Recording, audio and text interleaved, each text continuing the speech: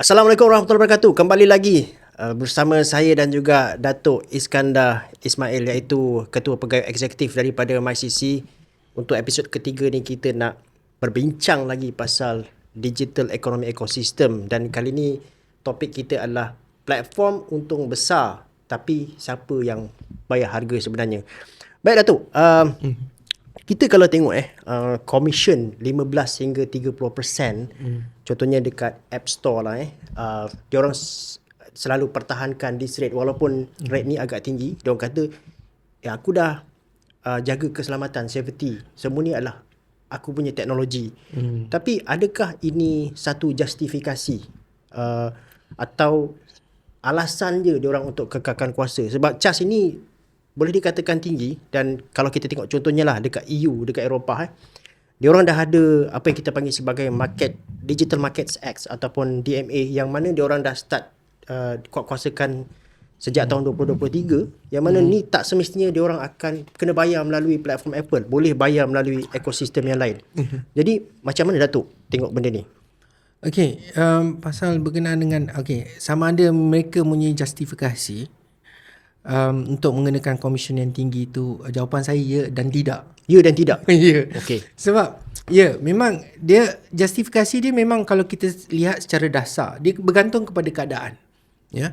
Secara dasar 15 hingga 30% memang bagi mereka itu adalah adil, sebab mereka yang Build the system lah. build the system daripada scratch.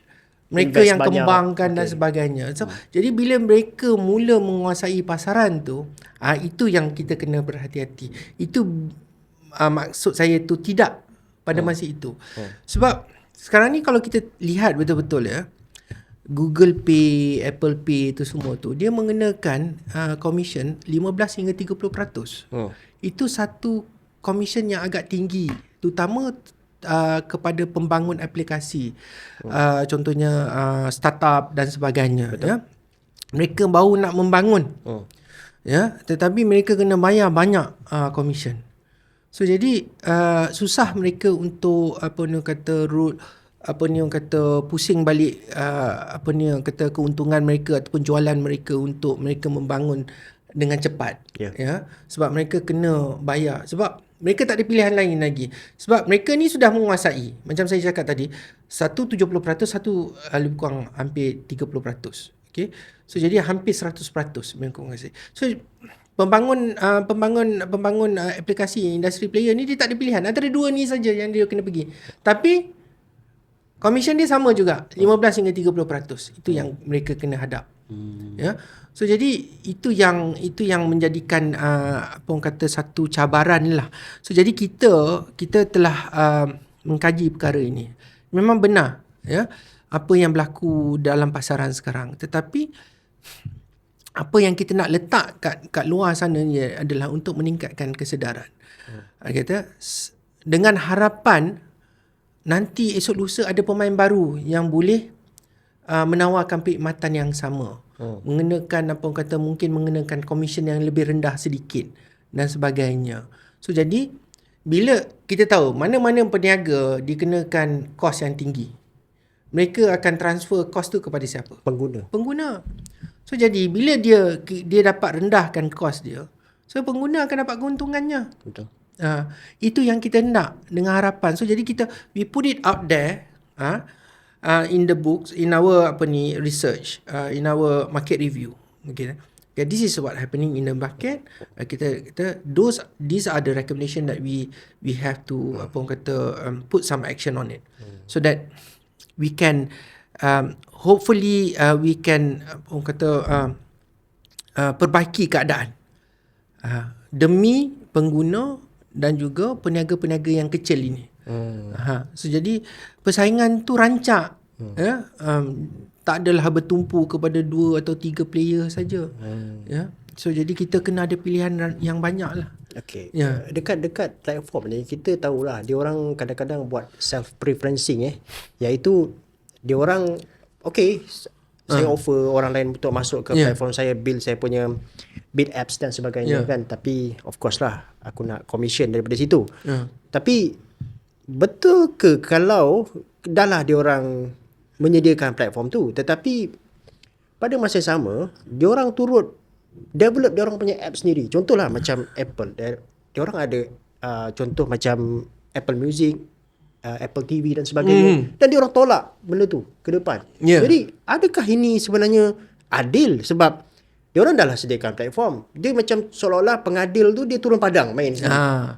Ni maksudnya di mana player tu dia masuk kepada downstream market. Betul. Okay. Sebab kita tahu, sekarang ni kalau kita tengok pemain-pemain yang besar di dunia ni, tak kira industri, dia bukan saja pada tahap production, tetapi dia masuk kepada distribution, masuk juga kepada retail. Ya. Sebab mereka rasa, dia kata untuk mengoptimumkan keuntungan mereka, Kena masuk semua daripada upstream sampai downstream. Ini dah biasa dah. Ini diterima. Cara-cara perniagaan ini diterima di seluruh dunia. Terutama oleh syarikat-syarikat besar. Ya. So jadi of course lah, dia bila dia tengok, okay, the thing is right now, okay, let's say application ni jadi popular oleh orang luar lah, masuk dalam dia punya platform ataupun masuk dia punya mobile operating system dia melalui Apple Pay ke Google Pay dan sebagainya kan. So jadi bila dia tengok orang tu, ini orang nak macam ni, produk macam ni melalui apps ni. So they have the capability, they have the technical abilities, they have deep pockets. So dia buat sendiri orang punya. Self-referencing ni ataupun dikatakan mengutamakan keadaan sendiri ataupun perniagaan sendiri. So jadi dia kita faham, sedia faham.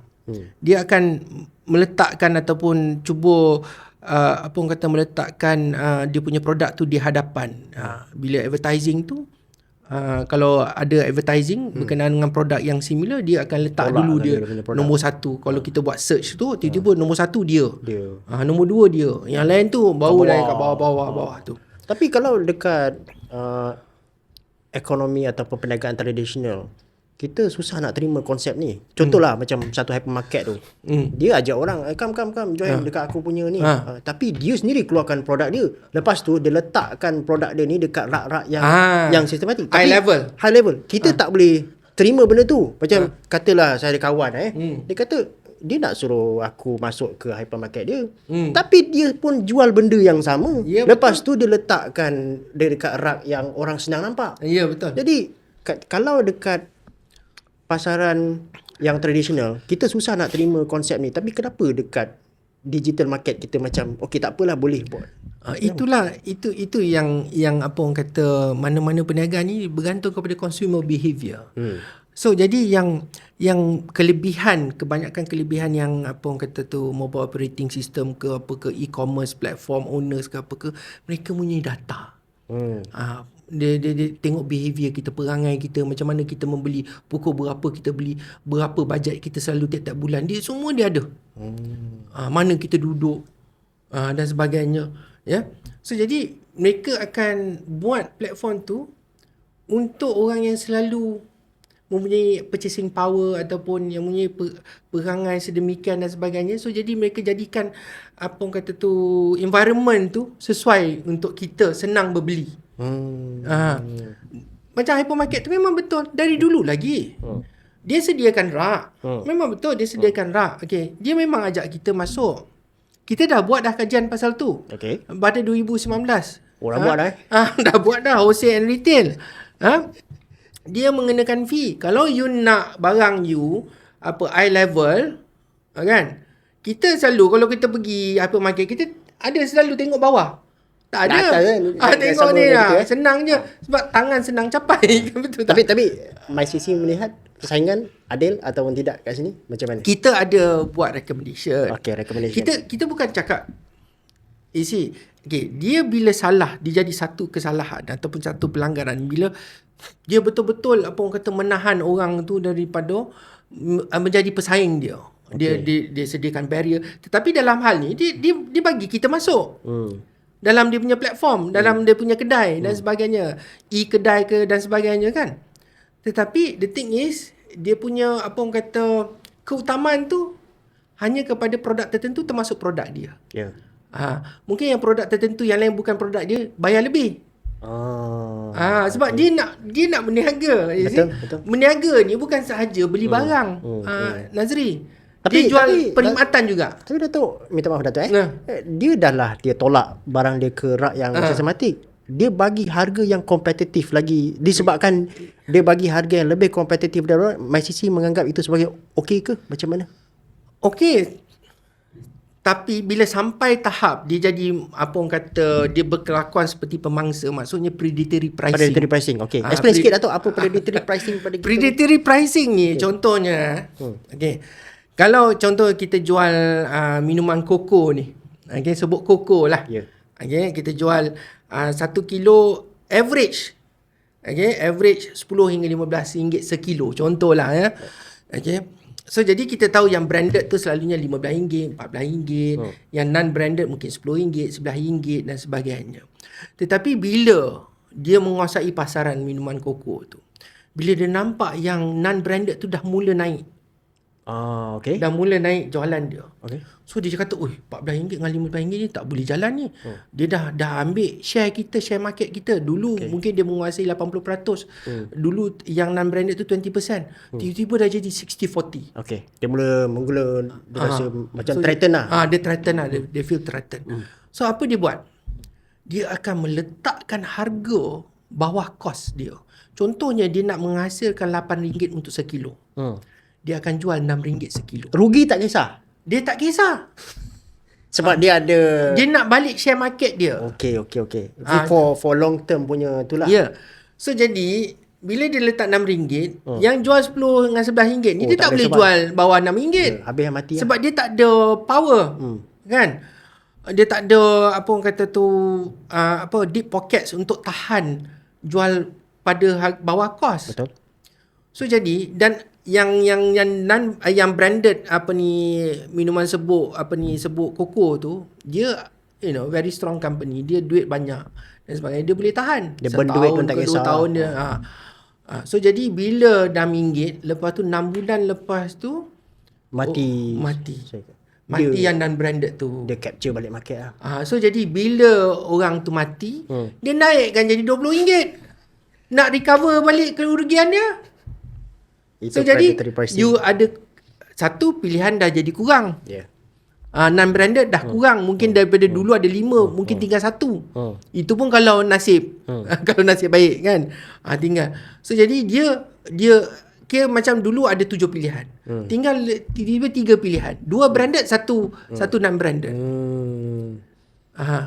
Tapi dia menguasai 80% pasaran. So maksudnya dalam rak tu, kalau ada 100 sebut koko, 80% brand dia.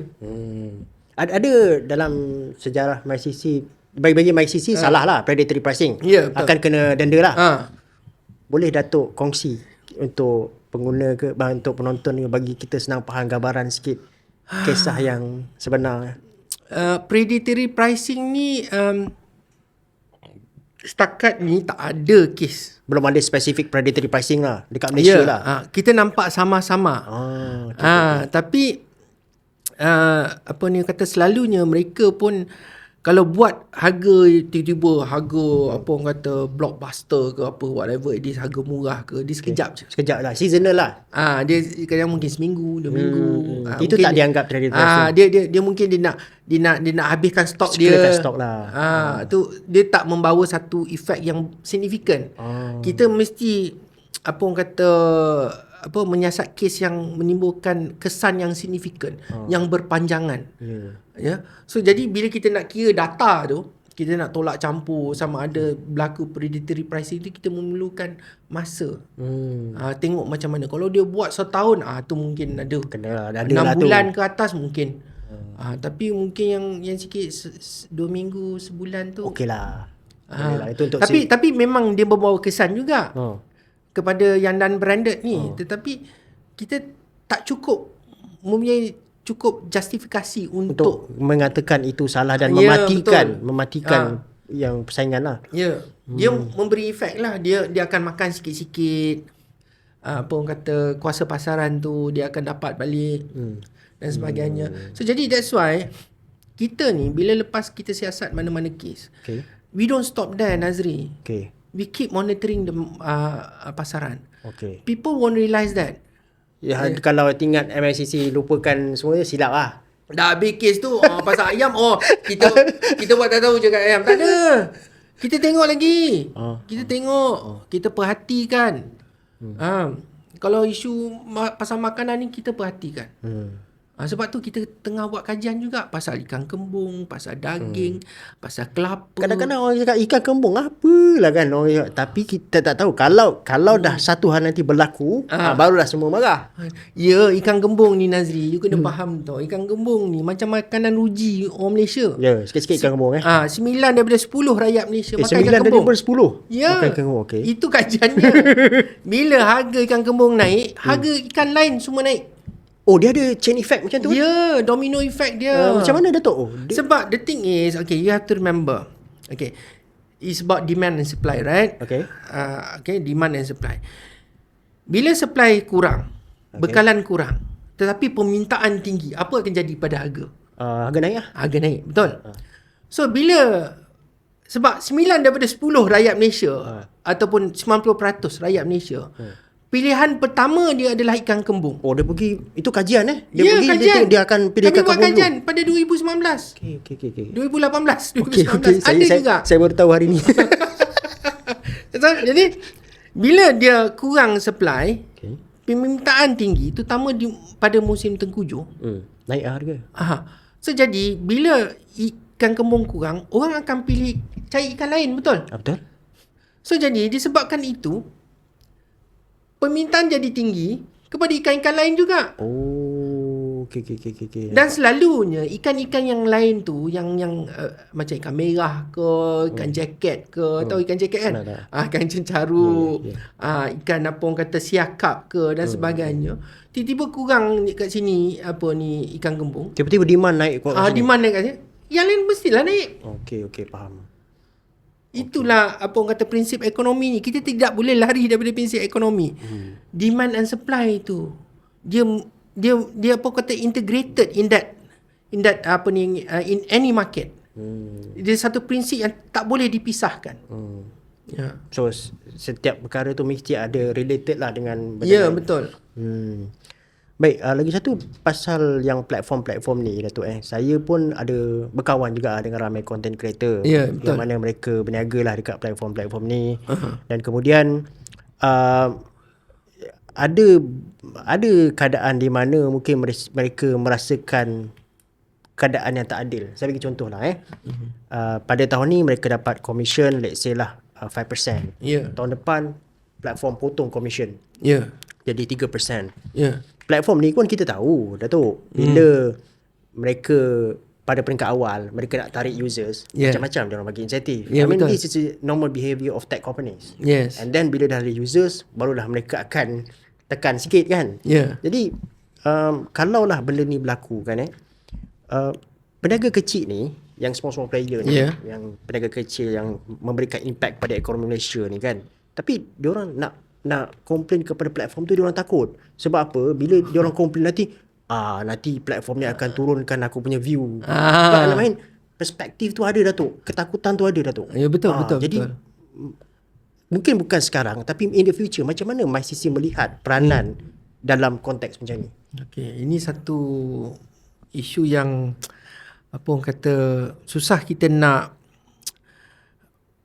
bukan susah nak berlaku adil, tetapi susah kita nak mengawalnya. Kita mengamalkan pasaran terbuka, Nazri. Ya, pasaran terbuka ni demand and supply, lepas tu gantung kepada isu-isu makro dan mikro dan sebagainya. Banyak yang menyebabkan turun naiknya komisen dan keuntungan dan sebagainya. Ya, banyak faktor. Bila kita cakap dulu orang kata harga minyak naik, semua kena naik. Lepas tu bila nak turun susah. Kan? Betul. Tapi dia kata saya tak boleh turunkan harga sebab saya ada kos lain. Contohnya macam gaji tak boleh turun. Fix. Ya, gaji makin lama makin naik. Ya, betul. So jadi kita faham perkara-perkara ni. Tetapi the thing is right now, that's why prinsip persaingan ni, perundangan persaingan ni, dia bukan saja protect pengguna tetapi peniaga. Okay? kita punya fokus adalah PMKS. 98% tu. Okay. We want them to be there. Competitive. We want them to be developed. We want them to grow. Okay. That's why bila ada situasi begini, okay, mungkin senanglah saya bercakap, tetapi ini adalah hakikat sebenarnya. Okay. Bila dia menghadapi cabaran-cabaran seperti ini, they have to be more efficient. Efficient macam Okay, efficient maksudnya, contohnya dulu dia menggunakan 5 type of processes untuk menghasilkan barangan mereka, sesuatu produk. So jadi mereka have to be more efficient, mungkin mengurangkan satu layer. Pada masa yang sama, bila dia mengurangkan satu layer proses, Cost dia rendah. They have to be more efficient. They have to find ways on how to be more efficient. Ingat tak yang apa orang kata konsep shrinkflation? macam mana? Shrinkflation. Shrinkflation, okay. Shrinkflation ni, dulu ingat tak apa orang kata, barang dah jadi mahal. Okay, contohnya satu air tin. Okay, dulu 330 ml. Okay. Dia kecil. Harga dulu RM1.50. Yeah. Tapi untuk 300 lepas orang kata lepas COVID lah. 330 ml tak boleh jual lah pada RM1.50. Apa dia buat? Dia tak naikkan harga. Dia kecilkan. Dia kecilkan jadi 200 ml. Macam burger sama. Itu caranya. Okay. So jadi kita pengguna, kita pun kebaikan dia, kita jangan cerita pasal dulu banyak waktu sekarang ni. Tak, sekarang ni dia banyak dalam kita buat apa tu produk tu menjadi kecil pada harga yang sama. So maksudnya kita ni berbelanja pada tahap yang sama, tetapi cuma ia mengajar kita untuk berjimat dari segi tak berlebihan dalam makanan dan sebagainya. Kita kena tengok dari segi aspek apa kata positifnya. Tetapi of course lah, bila tu satu, you have to be more efficient. Keduanya, keusahawanan. Bila you berniaga, you kena anggap you bukan saja sebagai trader. Trader ni macam orang kata jual beli je. Okay. Kan? A normal apa orang kata the usual business people. You keusahawanan ni, you have to apa orang kata increase or raise your level to become an entrepreneur. Entrepreneur ni adalah usahawan. Usahawan ni dia sentiasa nak menjadi lebih baik. Dia nak sentiasa mencipta barang yang lebih banyak. Contoh macam dulu kita kan kalau beli burger. Dulu burger benjo, kan, burger ayam, burger daging, benjo. Lepas tu sekarang ni ada apa? Burger special, burger ayam goreng, burger rendang. Semuanya ada, Nazri. Macam kopi lah. Tapi sekarang macam kopi. So you have to be apa orang kata, be innovative in many ways, so you will stay relevant. So maksudnya di sini, mungkin you punya produk burger ayam daging tu tak menghasilkan banyak. You apa orang kata, you dapat commission 3% je. Okay, menjual melalui platform. Tapi bila you menghasilkan produk baru yang you boleh jual RM15 contohnya, dia boleh cover balik kerugian you. Nampak tak? Okay. So jadi itu prinsip persaingan tu, manfaat dia. It will push you to become more efficient, more innovative and be an entrepreneur. That's how you overcome the situation. Ya memang betul, saya ni pegawai kerajaan, saya tak pernah berniaga. Tetapi itu yang kami belajar dan itu yang terbukti. Itu adalah prinsip yang terbukti dalam mana-mana perniagaan di dunia ni. Lagipun sekarang ni, Datuk macam saya pun ada buat bisnes lah.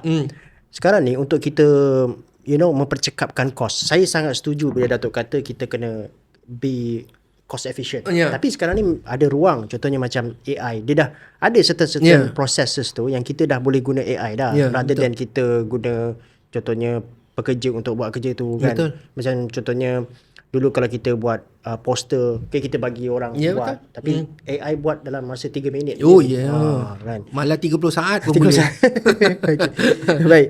Untuk sebelum kita end episod ni, saya nak tanya juga Datuk, untuk pengguna biasa kan, adakah sebenarnya diorang ni betul akan mendapat manfaat jangka panjang ataupun sebenarnya manfaat harga tu sementara sahaja. Sebab kita tahulah platform-platform ni dulu contoh kita ada free shipping. Aha, betul. Tapi kita perasan, kita bukan tak perasan, kita perasan.